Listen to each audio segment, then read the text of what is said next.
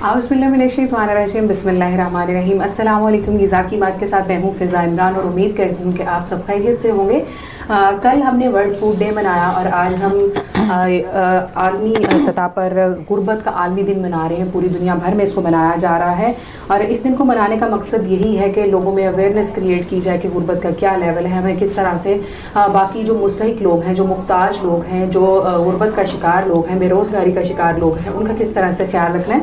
और इस दिन को मनाने का आगाज़ 1993 से किया गया और इसका मकसद यही था कि ऐसे मुस्तहिक लोगों तक या ऐसे डिप्राइव लोग जो हैं उन तक ऐसी तमाम सहूलियात, बेसिक नीड्स जो हैं हमारी ज़िंदगी की, वो पहुंच सकें। और एक नेशन होने के नाते हम सबका ये फ़र्ज़ बनता है कि हम अपनी सराउंडिंग्स में इन चीज़ों का ध्यान रखें और ऐसे लोगों का ख़ास तौर पर ख्याल रखें कि कोई भूख की किल्लत से या ग़िज़ाई किल्लत से तो नहीं मर रहा कोई ऐसा। अगर हम मजहबी बुनियाद पर भी बात करते हैं तो हमारे मज़हब में भी कहा गया है कि अपने हमसाये का हक, नबी पाक सल्लल्लाहु अलैहि वसल्लम की यहाँ पर एक हदीस कोट करना चाहूँगी कि हज़रत जिब्राइल अलैहिस्सलाम जब भी आते थे तो वो हमसाये के हुकूक के बारे में इतना ज़्यादा कहते थे, इतने ज़्यादा कहते थे कि एक बार नबी पाक स्कूल्स की बात करें, हॉस्पिटल्स की बात करें, क्योंकि जब आप हॉस्पिटल्स की बात करते हैं तो वहाँ पे जो गवर्नमेंट हॉस्पिटल्स हैं वहाँ पे लो सोशो इकोनॉमिक स्टेटस के ही मोस्टली लोग आते हैं, तो उन्हीं को ही हम अवेयर करते हैं। ठीक है, यानी आपने क्या खाना है, आपने क्या नहीं खाना। जो सबसे बड़ा चैलेंज होता है हमारे लिए वो ये होता है,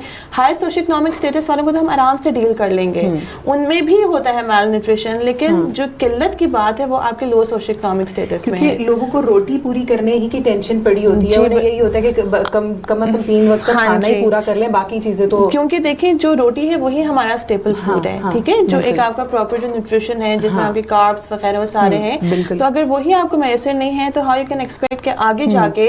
अच्छा, जब खाना नहीं है फिर एक टाइम आता है कि लोग जो है वो यूज्ड टू होना शुरू हो जाते हैं। लोग जब यूज्ड टू होना शुरू हो जाएंगे फिर उनको ना भूख लगेगी और एक टाइम आता है ऐसा आपका स्टमक साइज इतना ज़्यादा श्रिंक हो जाता है कि वो बॉदर भी नहीं करते कि हमें खाना मिल रहा है या नहीं मिल रहा। फिर क्या होता है, आपके जो माइक्रो न्यूट्रिएंट्स हैं, एनीमिया देख लें आप, आयरन डेफिशिएंसी देख लें, जिंक जो कितना इंपॉर्टेंट है आप बच्चों की ग्रोथ के लिए, फिर आप आयोडीन देख लें। जब इन्हीं की हमारे पास मतलब कि डेफिशिएंसीज आना शुरू हो जाएंगी तो फिर क्या होता है, लोग माल न्यूट्रिशन की तरफ जाते हैं। वजन नहीं मतलब कि बढ़ रहा, फिर उसके बाद है आपका कद नहीं बढ़ रहा आपके उसके हिसाब से, उम्र के हिसाब से, तो फिर ये मल्टीपल फैक्टर्स हैं तो आपके जो है माल न्यूट्रिशन की तरफ फिर जो है हमारी जो लोग हैं वो जा रहे हैं। ठीक है माहा, ये कौमी न्यूट्रिशन सर्वे 2018 की रिपोर्ट है। इसके मुताबिक 40.2% बच्चे, ये बहुत ज़्यादा हैं और ये सिर्फ पाकिस्तान का रेशो है कि इतनी बड़ी तादाद में बच्चे जो है ग़िज़ाई किल्लत का शिकार हैं। क्योंकि आप देखिए यहाँ पे हमारे पास जब हम माल न्यूट्रिशन की बात करें 2 कैटेगरीज होती हैं। एक होता है आपका स्टंटेड, ठीक है, और एक होता है आपका वेस्टिंग। स्टंटेड क्या है कि उम्र के लिहाज से आपका कद नहीं बढ़ रहा। ठीक है, इसकी जो रेशो है वो है 40.2 according to the national nutrition survey 2018। If we talk about the wasting तो पहले अब उसकी 17%, यानी आपका जो वजन है आपके कद के हिसाब से वो नहीं बढ़ा। तो यही है कि इनको क्यों नहीं बढ़ा, अंडरवेट रह जाते हैं। बिल्कुल क्यों नहीं बढ़ रहा, क्योंकि आपको खाना नहीं मैसर हो रहा, आपको प्रॉपर मैक्रो न्यूट्रिएंट्स जो हैं बॉडी की रिक्वायरमेंट नहीं हो रही है। तो इसी वजह से तो आज का भी शो यही है कि हमने ऐसी लोगों को खाने बताने हैं, हमने ऐसी डाइट्स बतानी है, हमने ऐसे सिंपल मेथड्स बताने हैं एटलीस्ट कि हम जो है माल न्यूट्रिशन को या ग़िज़ाई किल्लत को हम ट्राई तो कर सकते हैं ओवरकम करने के लिए। अच्छा माहा, इसकी कितनी है अगर हम इसकी काइंड्स के हवाले से बात करते हैं तो किस तरह से ये स्टैंडिंग और अच्छा, अब जिस तरह ये है, अब थोड़ा सा इसमें हम टेक्निकल वर्ड्स भी हैं। अब जिस तरह स्टंटिंग और वेस्टिंग का मैंने बता दिया कि हाइट और जो वेट का इश्यूज होते हैं। फिर उसमें बात करते हैं जो बच्चों में सबसे ज्यादा होता है अंडर 5, वो होता है प्रोटीन एनर्जी माल न्यूट्रिशन। ठीक है, उसमें आगे आपकी 2 कैटेगरीज आती हैं, एक होता है आपका क्वाशियोकोर और एक होता है मरास्मस। ये थोड़ा सा डिफिकल्ट है लेकिन लाइक थोड़ी सी टेक्निकल वर्ड्स हैं। तो इसमें यही होता है, अब जो 2 कैटेगरीज हैं, अक्सर आपने देखा होगा आजकल जो हमारी सबसे ज्यादा ग़िज़ाई किल्लत वो थर्ड पार्कर में जो देखी गई है, तो बच्चे क्या है उसमें, कुछ आपने बच्चों को देखा होगा उनका पेट फूला होता है। पेट फूला होता है इसका मतलब उनको इनफ जो प्रोटीन है वो नहीं मिल रही है। एक फैमिली है, उनको पता है कि हम लोग इतना अफोर्ड नहीं कर सकते, बट ऐसे भी केसेस हैं कि वो बच्चों पे बच्चे पैदा कर रहे हैं।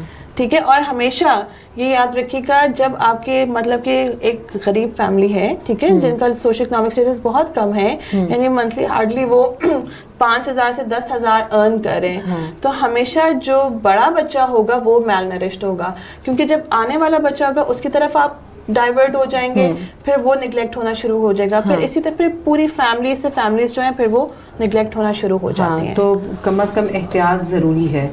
ओके, माहा मुझे ये बताइएगा न्यूट्रिशन और अंडर न्यूट्रिशन में क्या फ़र्क है?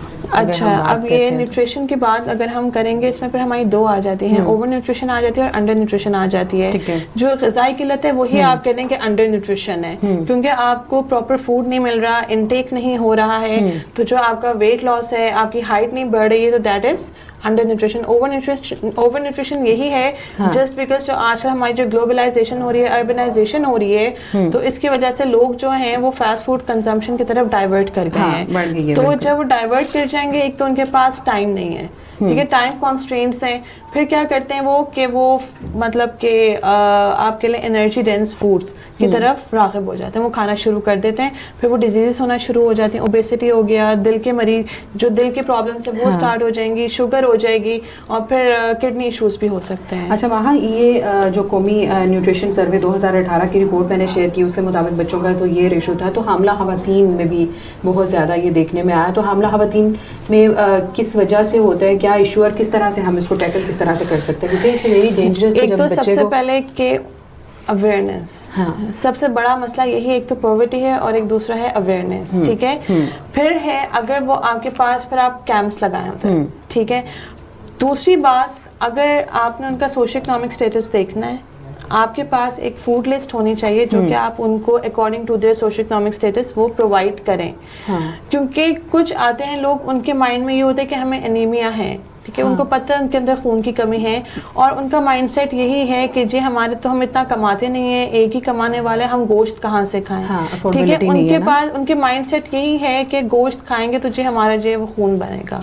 लेकिन यहाँ पे हमारे पास सोल्यूशन क्या है कि जहाँ पे हाई बायोलॉजिकल वैल्यू प्रोटीन्स है, वहाँ पे और भी प्रोटीन्स हैं जिनको हम नॉन हीम कहते हैं, और एक और होते हैं लो बायोलॉजिकल वैल्यू प्रोटीन्स, जिसमें आपकी दालें आ जाती हैं, आपका ये सोयाबीन्स वगैरह आ जाते हैं, तो ये आप उनको दें।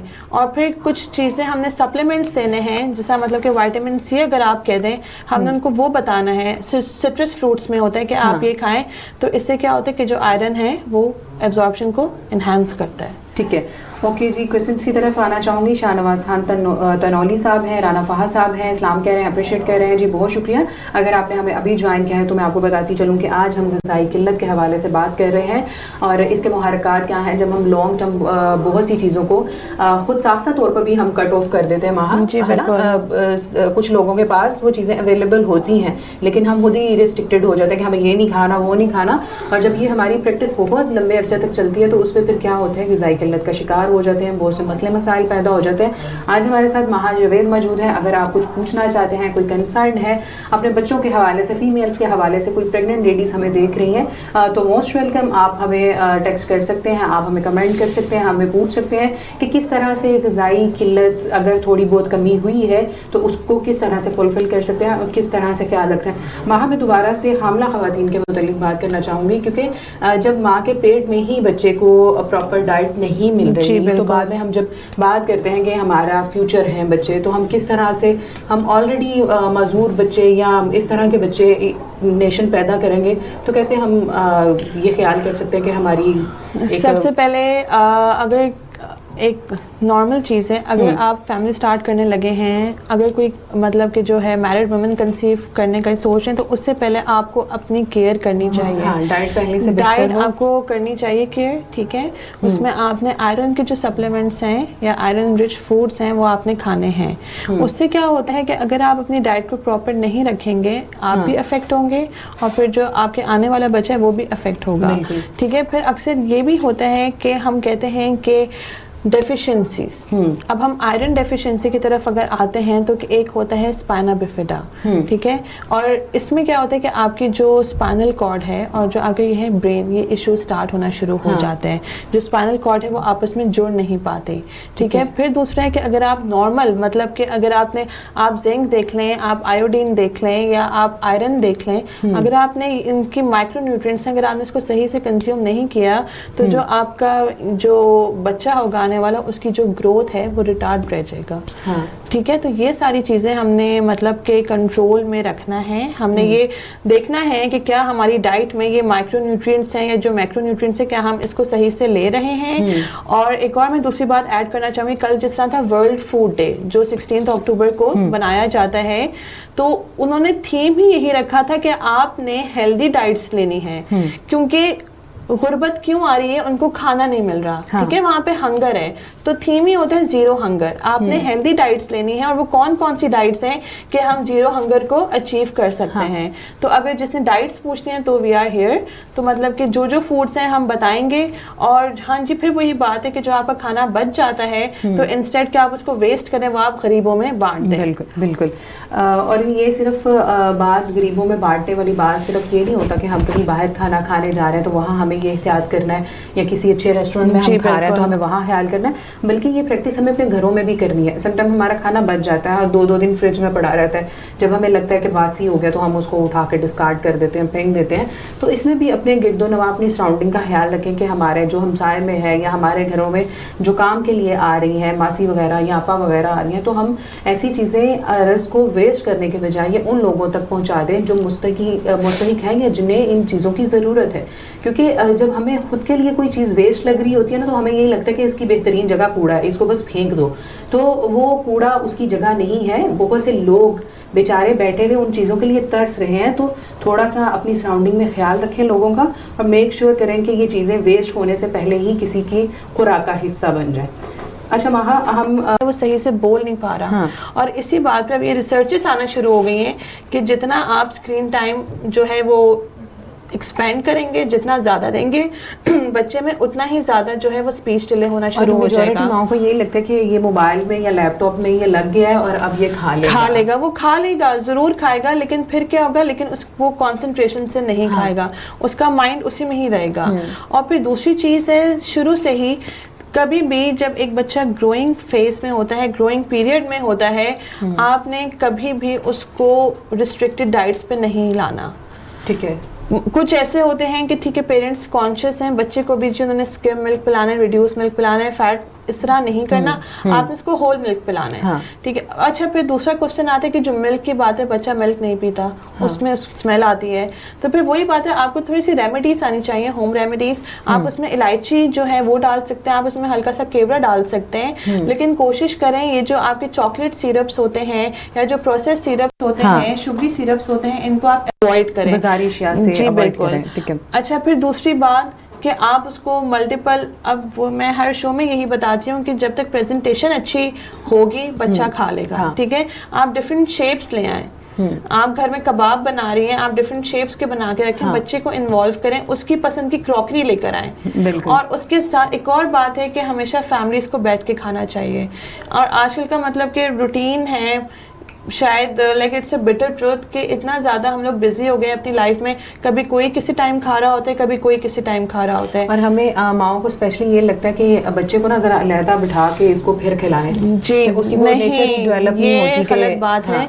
और दूसरी बात ये नहीं है कि बच्चे ने जो कह दिया, लाइक कोई बैड फूड होता है, कोई जंक फूड होता है, आप वो दे दें। नो, आपने उसको स्नप करना है। वो एक दफ़ा रोएगा, 2 दफ़ा रोएगा, तीसरी दफ़ा वो खुद ही यूज्ड टू हो जाएगा। कोशिश करें शुरू से ही उसको, मतलब कि फ्रूट्स, वेजिटेबल्स, अगर आप उसको जूसेस दे रहे हैं तो आप फ्रेश जूसेस दें। शेप्स आती हैं, ठीक है, आप उसमें उसको फ्रीज करके वो आप दे सकते हैं, आइस लॉलीज बना के दे दें। जी बिल्कुल। अब ऑरेंजेस आ रहे हैं, इतना मतलब कि वो विटामिन सी रिच फूड्स अब तो आना शुरू हो गए, नाशपाती आ रही है आजकल, आप उसको एक कलरफुल बाउल में रखें, उसमें प्रेजेंट करें, वो जरूर खाएगा। आप कस्टर्ड बना सकती हैं, लेकिन फिर वही बात है, उसमें चीनी थोड़ी सी आपने मतलब कि ज्यादा नहीं, कम यूज करनी है, और उसमें ज्यादा से कस्टर्ड थोड़ा हो जाए और ज्यादा से ज्यादा फ्रूट्स हो जाए। और यहाँ पे मैं भी आपसे एक टिप शेयर करना चाहूँगी। जब हम बच्चों को लेकर अलहदा से बैठते हैं और फोर्सफुली खिलाने की कोशिश करते हैं तो ये सबसे बुरी चीज़ है। आप इतनी छोटी उम्र के बच्चों को कोई भी चीज़ ज़बरदस्ती नहीं कर सकते, नहीं खिला सकते। और मेरी एक छोटी सी प्रैक्टिस है, मे बी कि आप लोगों के लिए भी यूज़फुल हो। मैं अपने बच्चे को ये करती हूँ कि कोई भी चीज़ उसकी पसंद की वहाँ दे के मैं रूम से चली जाती हूँ। तो वो फिर अपनी मर्जी से उसको खा रहा होता है, अपनी मर्जी से बच्चों को थोड़ा करने दें, प्रैक्टिस करने दें। अगर वो मैस क्रिएट करे, हमें ये लगता है ये गंद फैला देगा, डाइनिंग गंदी कर देगा, कपड़े गंदे कर देगा, ऐसा कुछ नहीं है। आप उसके सामने चीज़ रख दें, थोड़ी बहुत वेस्ट करेगा तो कम से कम कुछ खा लेगा उसे। और बच्चे ना अब खुद चाहते हैं कि वो स्पून खुद पकड़े, अपना बाउल खुद पकड़े। बिल्कुल, उनमें होता है कि हम खुद से ट्राई करें। और हम माओ की ये कोशिश होती है कि अच्छे से नैपकिन लगा के अच्छे से इनको डिसिप्लिन बेबी बॉय या बेबी गर्ल की तरह हम इनको फीड कराएं। तो अब ये पॉसिबल नहीं है। बच्चे थोड़े जब ग्रोइंग एज में आते हैं तो वो खुद ही मर्जी करने दें। और फिर हम ये कहते हैं जी मेरा बच्चा 4 साल का हो गया, 5 साल का हो गया, इसको तो अभी तक खाने नहीं आया, तो हम उसको खाना सिखाया ही नहीं है। हमें यही होता है कि बस डिसिप्लिन रहे, सफाई रहे। और एक और बात मैं ऐड करूंगी, अगर आपका बच्चा आप नोटिस कर रहे हैं कि वो मिट्टी खा रहा है या वो बर्फ खा रहा है, वो सीमेंट खा रहा है, तो ये आपने फॉरेन न्यूट्रिशनिस्ट से या आपने डॉक्टर से कंसर्न करना है। क्यों? क्योंकि उसमें एनीमिया है, उसमें खून की कमी है। अच्छा जी, जब खून की कमी होती है तो एक डिसऑर्डर होता है जिसको हम कहते हैं पीका, वो स्टार्ट हो जाता है। तो ये वैसे बहुत ज़्यादा कॉमन है बच्चों में, एक बच्चों में, और एक डिसऑर्डर होता है ये प्रेग्नेंट लेडीज़ में होता है। यानी कुछ होती हैं वो सोप्स खा रही होती हैं, साबुन खा रही होती हैं। अल्लाह जी, तो इसमें यही है कि अगर आपका अगर आप नोटिस कर रहे हैं, या एक और बात, अगर आप देख रहे हैं चौक भी सुना खाते, सीमेंट खाते हैं, मिट्टी खाते हैं, इसका मतलब है उस बच्चे में खून की कमी हो रही है। और एक और बात, अगर आप देख रहे हैं कि आपके बच्चे को बहुत ज्यादा भूख लग रही है और वो पेल होता जा रहा है, तो उसके जो है आप उसको डीवर्म कराएं। डॉक्टर से डेफिनेटली आपने कंसल्ट करना है, क्योंकि इस सिचुएशन में क्या होता है, पेट में कीड़े हो जाते हैं, जिसकी वजह से एक तो बच्चे को भूख बहुत लगती है और वो बच्चा जो है वो एनीमिक होता जाता है। तो आपने लग रहा होता है ये खुराक तो माशाल्लाह अच्छी है। तो आपने क्या करना है, बच्चे को डिवर्म कराना है, क्योंकि देखिए जो मैल न्यूट्रिशन है बेसिकली ये स्टार्ट होता ही बच्चों से है। ठीक है, अगर आप एक को डील कर लेंगे फिर आप आगे आहिस्ता आहिस्ता जो है वो डील करते जाएंगे। अच्छा वहाँ जो बच्चे सीमेंट या मिट्टी खा रहे हैं तो उनमें आयरन की कमी उसको किस तरह से वो फिर आपने क्या करना है, वही मैंने बताया, जो डॉक्टर्स हैं या जो वो न्यूट्रिशनिस्ट आप उनके साथ कंसल्ट करें, वो आपको फूड्स बताएंगे। अब आयरन रिच फूड्स कौन से हैं? हीम आयरन है, नॉन हीम आयरन सोर्सेस है, गोश्त हो गया, बीफ हो गया, मटन हो गया, और ये जो नॉन हीम है इसमें आपकी दालें आ जाती हैं, इसमें आपके सोयाबीन आ जाते हैं। अच्छा, फिर होता है कुछ एक और जिंक। ठीक है, इससे क्या होता है कि जो आगे बच्चे की जो ग्रोथ है, जो कहते हैं ना बच्चे की कद नहीं बढ़ा, ये नहीं बढ़ा, इसका मतलब है कि जिंक की डेफिशिएंसी है उसमें। और जो जिंक है इसमें जो बीफ होता है, जो आपका बड़ा गोश्त है, is a high source of the zinc, तो आप वो उसको दें बच्चे को। ठीक है, तो अब बच्चों की हमने बात कर ली। हामला खवातीन, अभी आपने बताया कि खवातीन भी मिट्टी और इस तरह की एक्टिविटीज में आ जाती हैं कि जब वो कंसीव करती हैं तो कुछ मैंने लोगों को सुना है कच्ची मिट्टी, कुछ पक्की मिट्टी और चौक और इस तरह की चीजें खा रही होती हैं, तो उनकी वजह क्या है और किस तरह से हैंडल कर सकते हैं? ये तो है डिसऑर्डर, ठीक है, साइकोलॉजिकल, मतलब कि वो कंट्रोल हो जाएगा। लेकिन यही है कि आपने एक तो विल पावर आपने दिखानी है। लाइक ये चीज नहीं है कि ये हार्मोनल इम्बैलेंस है तो ये हमारी चीज में नहीं, हमारे कंट्रोल में नहीं है। You can do it, if you have a will power you can do it. और विल पावर लगा करनी पड़ती है, गंदी चीज पे कन्वर्ट हो सकते हैं, तो उसी को अब आप चले एक चीज यही सोच लें, अगर मैं मिट्टी खाऊंगी, प्रेग्नेंट लेडी को पता होना चाहिए कि वो मिट्टी, मतलब कि शी इज प्रेग्नेंट, उसके अंदर पेट में उसके बच्चा है, तो उसका खुद ही ख्याल कर ले वो थोड़ा सा अपने लिए ना सही, तो उसी के लिए बच्चे के लिए कॉन्शियस तो होती है माएं, ये तो यही चीजें हैं। लेकिन हाँ वही, अब जिस तरह है कि इस चीज को आपने निगलेक्ट नहीं करना, डॉक्टर से, न्यूट्रिशनिस्ट से आपने लाजमी कंसल्ट करना है, और जो भी इश्यूज हैं आपने इनसे कंसल्ट करना, डेफिनेटली आपको सोल्यूशन मिल जाएगा। ठीक है, तो महा आप प्रेग्नेंट लेडीज के लिए एक फुल डाइट आप क्या रिकमेंड करेंगे, किस तरह से वो अपनी डाइट का ख्याल रखें, क्या क्या अपनी खुराक का हिस्सा बनाए कि वो हेल्दी रहें और उनको ग़िज़ाई कमी ना हो? अब देखें, अब जिस तरह हम बात करते हैं प्रेग्नेंट लेडीज की, तो अब उनको ना डबल कैलोरीज रिक्वायर्ड है, एक अपने लिए और एक उनके फ्यूचर बेबी के लिए होती हैं, और मैं वही बताने लगी हूँ। हमारे होते हैं प्रेगनेंसी के 3 ट्राइमेस्टर्स, ठीक है, फर्स्ट, सेकंड, थर्ड। ठीक है, फर्स्ट में तो आपकी जो कैलोरीज हैं according to the weight, age, height वगैरह, तो वो ठीक है, उतनी ही आपकी कैलोरीज होंगी। लेकिन जो आपका सेकंड ट्राइमेस्टर होता है उसमें आपकी 350 कैलोरीज टोटल कैलोरीज में ज़्यादा इंक्रीज हो जाती हैं, और जो आपका थर्ड ट्राइमेस्टर होता है उसमें आपकी 450 इंक्रीज हो जाती हैं। तो यही है कि आप मतलब कि अब इट डिपेंड्स कि फूड चॉइसेस क्या हैं, क्योंकि ड्यूरिंग प्रेगनेंसीज क्या होता है, बहुत ज्यादा क्रेविंग्स होती हैं। कुछ हम दूध नहीं पी रहे, कुछ हम मतलब कि किसी को प्याज बिला वजह से चिढ़ जाते हैं ना, इरिटेशन हो जाती है। तो आपने according to their food choices का ख्याल रखते हुए आपने एक प्लान बनाना। लेकिन फिर वही बात है कि आपने आयरन के जो सोर्सेस हैं वो आपने लाजमी देने हैं, आपने जिंक के सोर्सेस लाजमी देने हैं। कि अगर आपने मतलब कि प्रॉपर नहीं किया तो फिर क्या होगा कि जो आपके जो फ्यूचर आपकी है जनरेशन जो है आने वाली, तो उनमें फिर इशू स्टार्ट हो जाएंगे। बिल्कुल जी, इससे ना माँ खुद तो सफ़र होगी, आपका बेबी भी सफ़र होगा।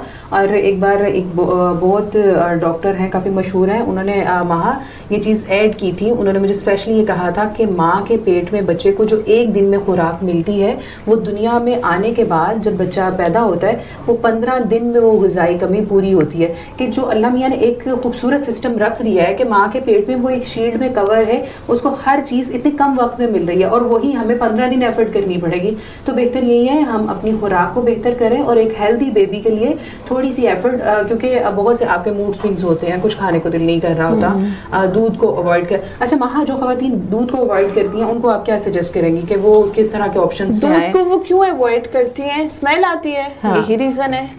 तो मैंने वही बताया, जब स्मेल अगर आपको लग रहा है दूध में आ रही है, इतनी ज्यादा चीजें मतलब उनको पता है खाना हमने किस तरह बनाना है, तो आप इलायची डालें, आप उसमें ओमेगा 3 ओमेगा 6 आप उसमें सीड्स डाल सकती हैं, आप उसमें वॉलनट्स, आप उसमें आलमंड्स जो हैं उसको क्रश करके डाल सकते हैं, बट वो रोस्ट नहीं हुए चाहिए।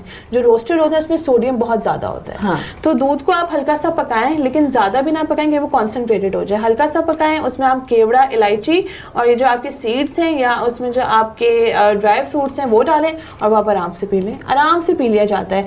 अच्छा, अगर दूध का मसला है तो आप दही इंटेक कर सकते हैं। ठीक है, दही है तो आप खीर भी बना के खा सकते हैं, मतलब कि दूध के फिर आप प्रोडक्ट्स लेना शुरू करते हैं। लेकिन फिर वही बात है, उसमें जो चीनी है तो कोशिश करें कम से कम उसका यूज करें। अच्छा, फिर दूसरा है जो हमारी गर्ल्स हैं, उनकी जो हमारी टीनेज जो गर्ल्स हैं, उनमें सबसे बड़ा मसला होता है आपका ईटिंग डिसऑर्डर्स। ठीक है, क्योंकि ये सारी चीजें जो है ना एंड में रिजल्ट होता है माल न्यूट्रिशन का। अगर आप मतलब कि बिल्कुल नहीं खाएंगे, प्रॉब्लम्स होना शुरू हो जाएंगी। जब प्रॉब्लम्स होना शुरू हो जाएंगी तो फिर कोई एज नहीं देखी जाती। ठीक है, अब जैसा बहुत ज़्यादा जो कॉलेज गोइंग गर्ल्स हैं उनको लगता है कि हमारा जी वेट बहुत ज़्यादा है, लेकिन वो बिल्कुल स्किनी होती हैं, वो अंडर वेट होती हैं। This condition is called as anorexia nervosa. तो इसमें भी है, आप नहीं खा रही हैं, डार्क सर्कल्स पड़ना शुरू हो गए हैं, फटीग होना शुरू हो गई है, मतलब कि आप चलते हैं तो आपका सांस फूलता है और फिर उनको लग रहा होता है जिसमें आप जितना भी खा रहे होते हैं नहीं लगता। लगने की भी एक एज है ना, आपको जो हर खाया ये एज की भी बात होती है और ये आपकी फिजिक की भी बात होती है। ठीक है, अच्छा, फिर दूसरा है कि कुछ कहते हैं कि जी हमने पानी पिया तो वो लगता है कि हमने दूध पी लिया। यानी मतलब कि उनको ज़्यादा लगता है। तो फिर यही बात है कि इसमें आपकी ओवर न्यूट्रिशन आ जाएगा, इसमें आपका अंडर न्यूट्रिशन आ जाएगा। अगर आपको पता है कि आप पानी पी रहे हैं या अगर आप, ये एक मतलब कि एक एग्जांपल है कि हम थोड़ा खाते हैं तो हमें बहुत ज़्यादा लगता है। ठीक है, तो आप अपना जो है रेगुलर जो है एक्सरसाइज वगैरह फॉलो करें। ठीक है, अगर आप नॉर्मल खा रहे हैं तो आप उसको प्रैक्टिस वैसे ही करें। लेकिन जो फिर एक और है एनोरेक्सिया नर्वोसा, फिर एक होता है ईटिंग डिसऑर्डर जिसको हम कहते हैं बिंज ईटिंग।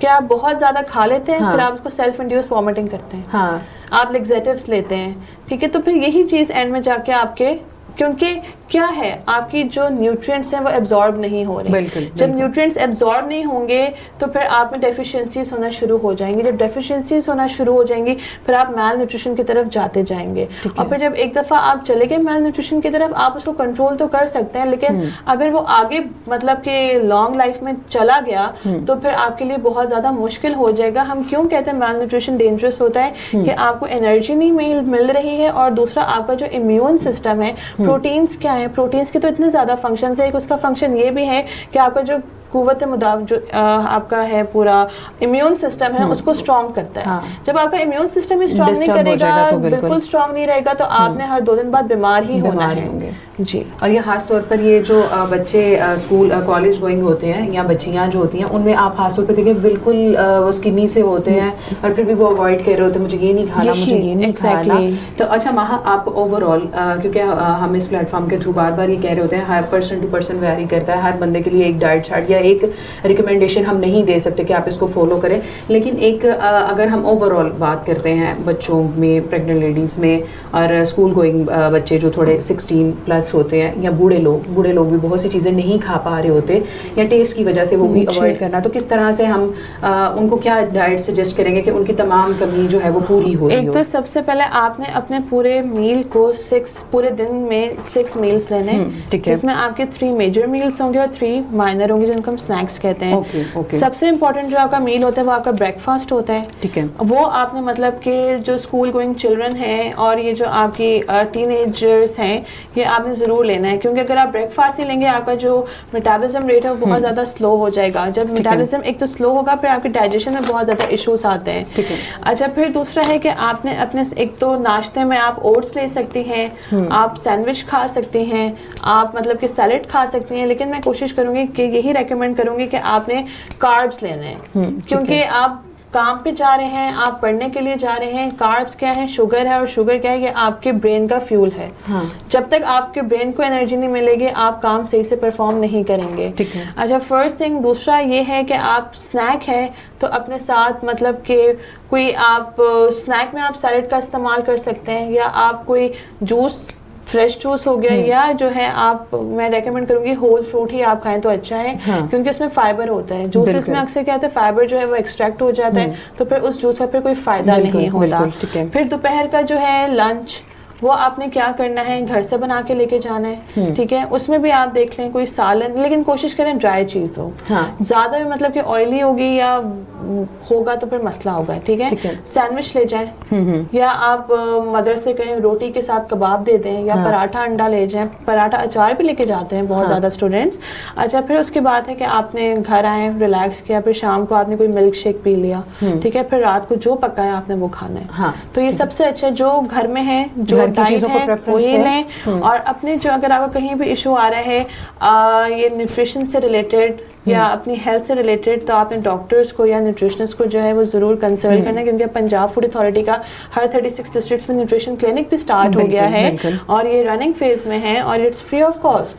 तो जो मतलब के पेरेंट्स हैं वो आए, जिनको इश्यूज हैं या जिनको खुद जो सेंसिबल लोग हैं, जिनको लग रहा है कि हमारे अंदर ये इशू आ रहा है nutrition related, so they are most welcome. जी बिल्कुल। जिन लोगों को लगता है कि उनके बच्चे अच्छे से खा पी नहीं रहे हैं, उनमें कोई डेफिशिएंसी रह गई है, या उनमें खुद कोई ग़िज़ाई कमी है, या उनके घर में ऐसे बुजुर्ग मौजूद हैं जो पूरा खाना नहीं खा रहे या नहीं खा पा रहे, और उनमें कोई कमज़ोरी वगैरह से वो परेशान नज़र आते हैं, तो न्यूट्रिशन क्लिनिक है आपके लिए मोस्ट वेलकम। आप लोग विजिट करें और बैठ कर अपने मसले मसाइल हल करें। आपको एक डाइट चार्ट बना कर दिया जाएगा, और कम से कम आपको अवेयर किया जाएगा। जो हमारे माइंड में मिथ होती है कि ये खाएंगे तो ये हो जाएगा, ये खाएंगे तो ये हो जाएगा, खाने के हवाले से अपनी कन्फ्यूजन दूर करें, क्योंकि ये बहुत ज़रूरी है कि जो आप खा रहे हैं या जो आप पी रहे हैं उससे मुतल्लिक आपको कंप्लीट अवेयरनेस होनी चाहिए कि आया ये कितना हेल्दी है और ये कितना नॉन हेल्दी है।